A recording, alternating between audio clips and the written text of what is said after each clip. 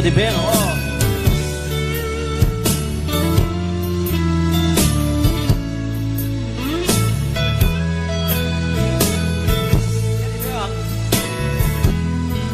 Cả trình nun công gió mi te mudana o ni ma se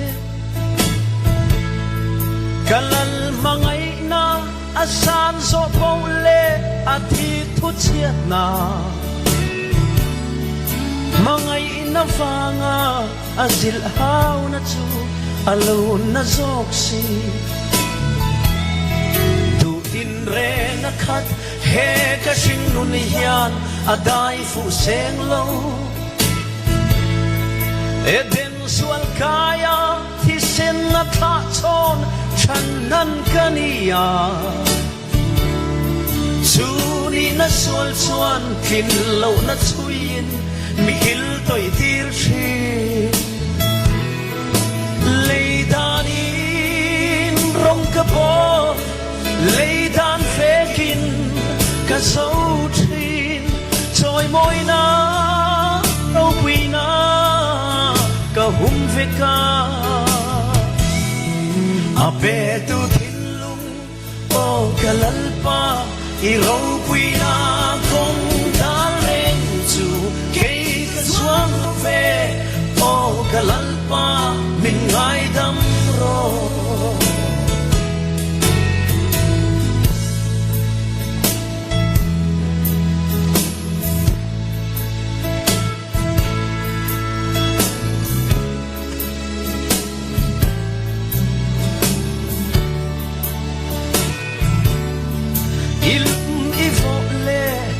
chan na ngakin at hireng fauche bo chiat na suala tupui te mua harnon angaya rin len na ching mit mu sit nan tui thong thang vel ka sia oh sana kona ne tulal thuin ka harnon le fauche leidanin rong ka po leidan fekin ka zo thi trôi môi na rau quy na ka hum ve ka a pe tu thiên lung o ka lalpa i rau quy na kong dal reng chu ke ka suam lo ve o ka lalpa min ngai dam ro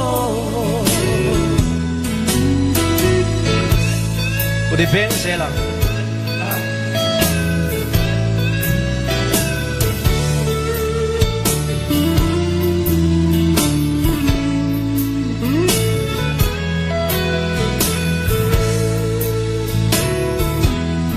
bo chiat na swala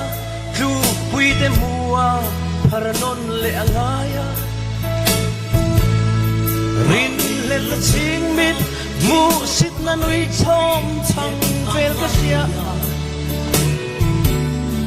oh zana kona le tulal thuin ka parnon le fauchi le na swala lu pui te mua paranon na angaya rin le la ching mit mu sit na nui thom thang vel ka sia oh sana kona le tulal thuin ka parnon le fauchi leidanin rong ka bo leidan fekin ka zo thi trôi môi na rau quy na ka hum ve ka a pe tu thiên lung o ka lalpa rau quy na kong da reng chu kei ka suam lo ve o ka lalpa min ngai dam ro a pe tu thiên lung o ka lalpa i rau quy na kong da reng chu kei ka suam lo ve o ka lalpa min ngai dam